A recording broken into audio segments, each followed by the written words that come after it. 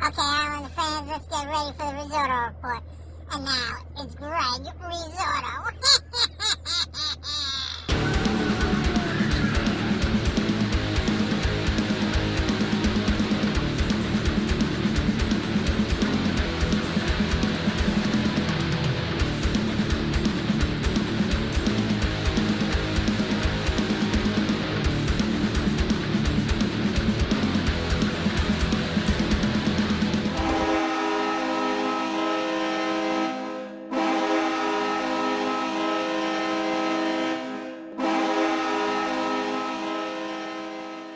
Thank you, Brian, for that monstrous intro.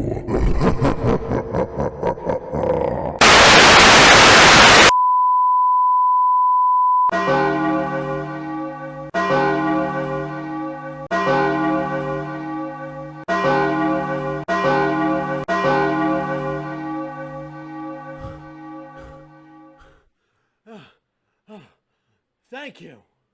Thank you for that. Oh, that was weird. But I figure since I didn't do anything for Halloween, I figure why not do it now? But on to the recap. A terrific win over the Florida Panthers. The stars of today's game, and what I mean by stars, I mean the guys who really stepped up, were the goaltenders. And not just one. It was the goaltenders for both teams. Thomas Greiss and Sergei Bobrovsky were the talk of this entire game. Both goaltenders made spectacular saves and kept their respective teams in this game. There were no soft goals allowed in this game. All 3 goals in total were scored off of very good shots or weird deflections. Regardless, both goaltenders were the talk of today's game and deserve the credits they got. Despite Bobrovsky getting the loss and Thomas Greiss getting the win, thankfully, they both played a hell of a game that is to be credited by both their coaches and by both of their teammates. I have a couple of gripes with this game. None too bad, but I do have a couple of gripes. The team allowing too many shots. They allowed 38. Aside from that, they poured out a gutsy win. A win that basically said, we forgot about the loss against Pittsburgh. Don't get me started on that. And basically, they came away with a great win overall. I'll say this, some of the penalties were really bad calls. I'm not going to get into which ones were, but just note that some of these were really bad penalties. And that wasn't to go against whether it was the Islanders or the Panthers. This was just really bad calls by the refs. But again, I'm not going to get into it. I'm just throwing that out there. One more gripe I have,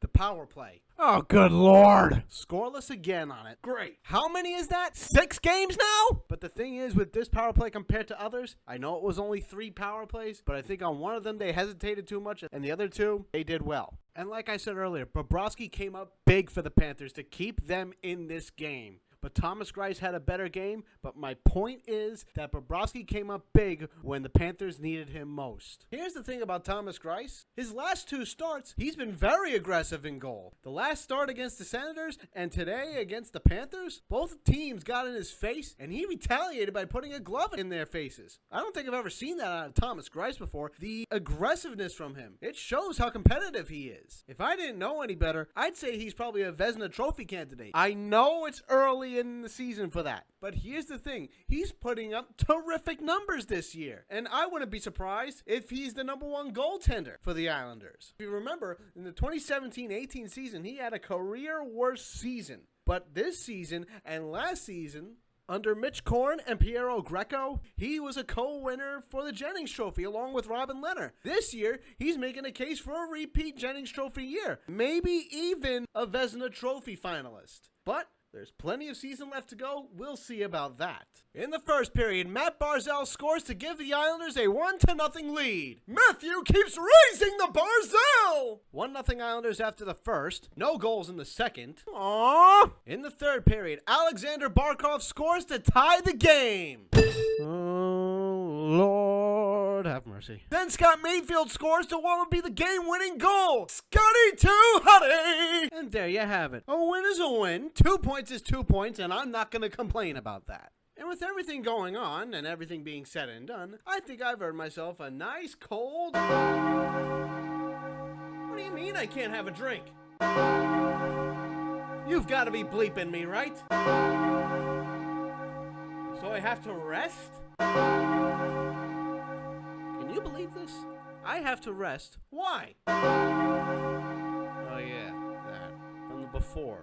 All right. I'll do stats, close out the show, and then I'll get some rest. All right? Good. Stats. The game stats go as shown. The Panthers outshot the Islanders 38-36. The Islanders won 57% of the faceoffs, while the Panthers only won 42%. The Panthers scored once on their 4 power plays, while the Islanders didn't score any power play goals. The Islanders out-hit the Panthers 20-6. The Islanders blocked more shots than the Panthers, 20-15. The Panthers had less giveaways than the Islanders, 14-21. And the Islanders had more takeaways than the Panthers in the form of 12-7. For the shots on goal per period of the game, the Florida Panthers outshot the Islanders 14-7 in the first period. The Islanders outshot the Panthers 19-8 in the second period. And the Panthers outshot the Islanders 16-10 in the third period. For a total of Florida Panthers 38 shots and the New York Islanders 36 shots. For the Florida Panthers, Sergei Bobrovsky stopped 34 out of 36 shots. And for the New York Islanders, Thomas Greiss stopped 37 out of 38 shots. So there you have it. That's the recap. And unfortunately, I can't have you because a certain divine bell says I can't. It's only for one show. I'll be fine with that.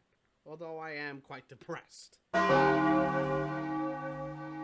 Thank you very much, everybody, for watching the Risorto Report, Isles Recap Edition. I'm your most gracious host, and I've been blessed with my presence, Greg Risorto. And I will see you after the game against the Toronto Maple Leafs. Please remember to subscribe. Please like this video. Check me out on Facebook at the Risorto Report. Follow me on Twitter. And remember, as always, let's go Islanders. Yes, yes, yes!